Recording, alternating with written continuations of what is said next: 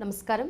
V7 city news కు స్వాగతం. క్రికెట్లో పురుషులతో సమానంగా మహిళా క్రీడాకారులు ఎంతో గొప్పగా రాణిస్తున్నారని, వారిని మరింత ప్రోత్సహిస్తే ఉన్నత స్థాయి క్రికెట్ ఆడగలరని చిత్తూరు జిల్లా క్రికెట్ అసోసియేషన్ అధ్యక్షులు, ఆంధ్ర క్రికెట్ అసోసియేషన్ రాష్ట్ర ఇన్ఫ్రాస్ట్రక్చర్ చైర్మన్ విజయ్ కుమార్ తెలిపారు.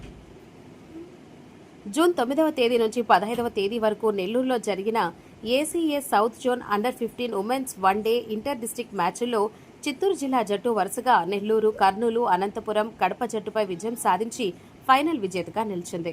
ఈ మ్యాచ్లకు అనిత కోచ్గా వ్యవహరించారు. ఈ సందర్భంగా చిత్తూరు జిల్లా క్రికెట్ అసోసియేషన్ ఆధ్వర్యంలో ఆదివారం ప్రముఖ హోటల్లో చిత్తూరు జిల్లా అండర్-15 ఉమెన్స్ జట్టును ఘనంగా సన్మానించారు.